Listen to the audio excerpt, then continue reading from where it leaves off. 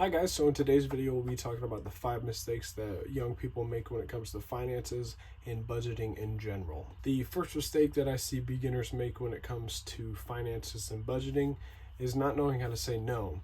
So more than likely when you're young, you're in college or you're just freshly turned 21. So this means that you're able to go out and experience life, go to bars, eat out and dine on your own. And more than likely this also means that you have a job. This is when most people take into a little bit of peer pressure. They don't know how to say no. They don't know how to tell their friends no because they're afraid that they won't be their friends anymore. Well, good friends will accept your no. They may give you a hard time and let you hear about it. But if you just explain to them that I can't afford what we're doing, to go out every weekend, expend a lot of money on food and dining out. With learning how to say no also gives you an understanding of, can you actually afford the lifestyle that you're currently living? As we'll talk about later in the video, you'll understand that most people actually can't afford the lifestyle that they're living. Learning how to say no is just very important when it comes to finances. This just establishes that you have boundaries. You do know when it's time to cut back.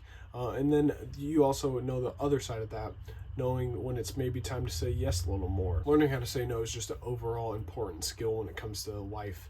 And most people just don't even know where to start because they're afraid that their friends or their family will not be happy with them if they do say no. But I'm also not telling you to be a complete bum and then just do nothing all the time. Going out every now and again is not going to hurt you, and going out to eat every now and again is also not going to hurt you. Going out to eat too much, going out to the bars too much will hurt you physically, mentally, emotionally, all the factors. So learning when to say no when it comes to finances and yourself is okay. Your friends will not disown you. Your family will not disown you, I promise. The second factor when it comes to budgeting and finances is actually college. I believe there's a huge misconception that you need to go to college right after high school. You need to have your life figured out right after high school. If you know that you'd like to go to college, but you aren't quite sure what field you'd like to explore, maybe look into going to community college. It's much cheaper.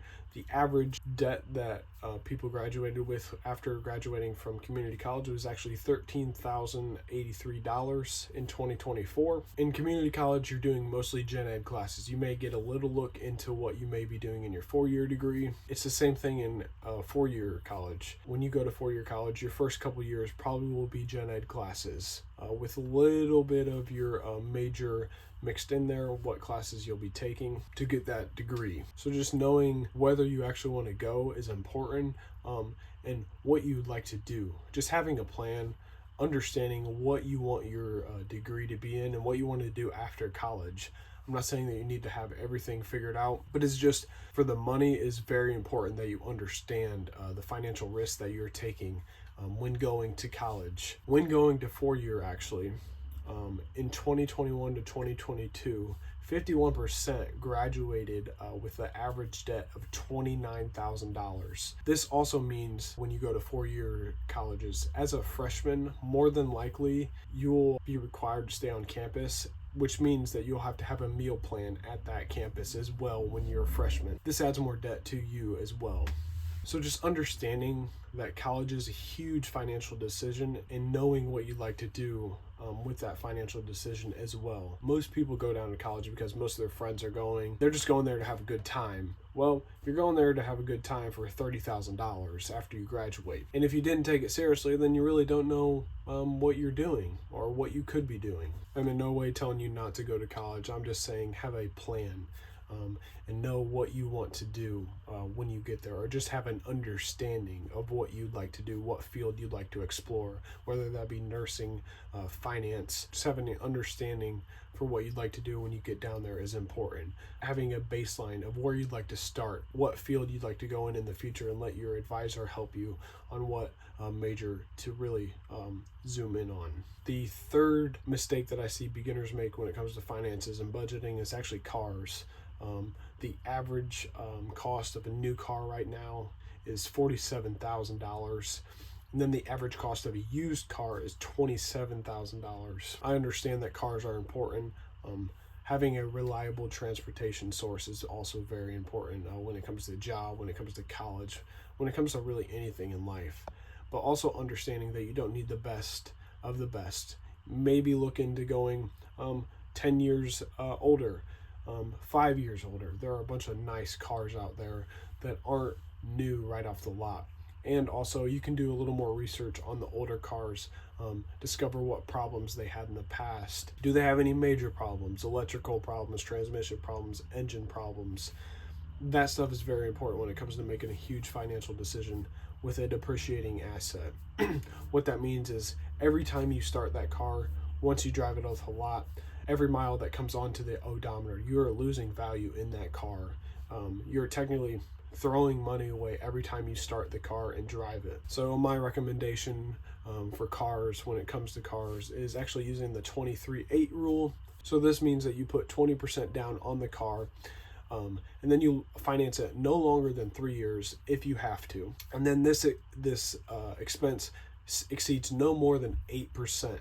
So this means that all of the expenses of the car, the maintenance, the insurance, this stays below that 8%. I think the 8% can vary a little bit. It is okay to spend a little bit more. I wouldn't go above 12% though. Just having a good understanding for what that financial decision is, and not trying to keep up with the Joneses. Having a car till 200,000 miles is a big accomplishment. Cars is one of the biggest mistakes that I see young people make when it comes to their finances, especially right after they graduate college. They start their new job. And they have a whole bunch of money coming in. What do? They go out and buy a new car. And they have a $700 monthly payment, not including insurance. I made the mistake when I bought my first used car.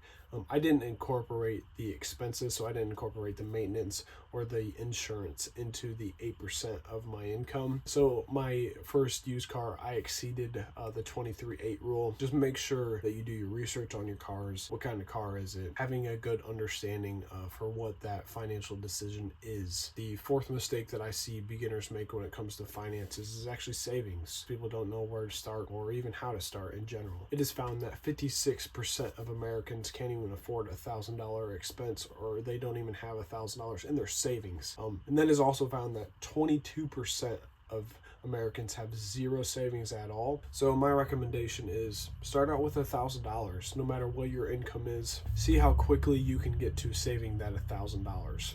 After you save the $1,000, then work towards having 3 to 6 months of emergency savings saved up. I recommend the 6 months just to stay on the safe side. This will take you much longer to save up than the $1,000. Once you get that 6 months of savings saved up, then you can work towards other bigger goals. Like in my last video, I explained that if you don't have that 3 to 6 months of emergency savings, then saving towards another goal is just not very likely, because you're not able to focus on that goal, put every extra dollar that you have towards your saving goal, whether that be a car, a mortgage, things of that nature. Set lofty goals when it comes to savings. See how much you can put towards that savings to achieve your goals. Is just very important when it comes to finances. Having 3 to 6 months of emergency savings saved up. This means that you're not allowed to spend any of that 3 to 6 months of emergency savings at all, unless it is an emergency. Your house burns down, your car breaks down,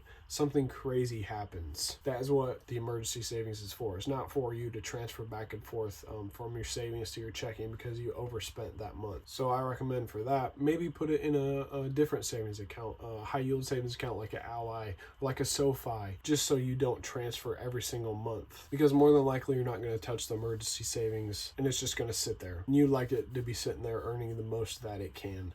Would be best. The fifth and final mistake that I see all beginners make when it comes to finances and budgeting is actually retirement.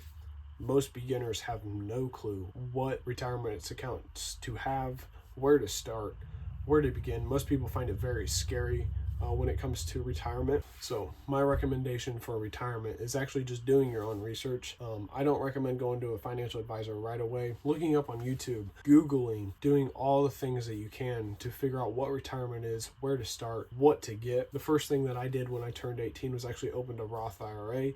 You can do this with Fidelity, Vanguard, M1 Finance. There's a whole bunch of financial institutions that do offer Roth IRAs. This is just the first step into your retirement retirement, and your future self will thank you. So the earlier that you start, I recommend as soon as you turn 18, you open a Roth IRA and you get that started, because actually $1 at 20 years old could be worth $88 if you invest it into the correct funds. On the flip side of that, that same $1 could be worth $23 if you started at 30. So this shows you the power of compound interest and also figuring out what the correct investments are for your portfolio. So this just establishes that every single little bit matters. No matter if you start out with $25 a week, $25 a month, whatever you can afford to put towards your retirement is very crucial towards your future self. And your future self will thank you for you starting as early as possible. When it comes to retirement though, don't just take one person's word for it. Make sure you do multiple hours of research on what things to buy, what funds to buy, where to buy them at, where to go. If it gets too complicated for you,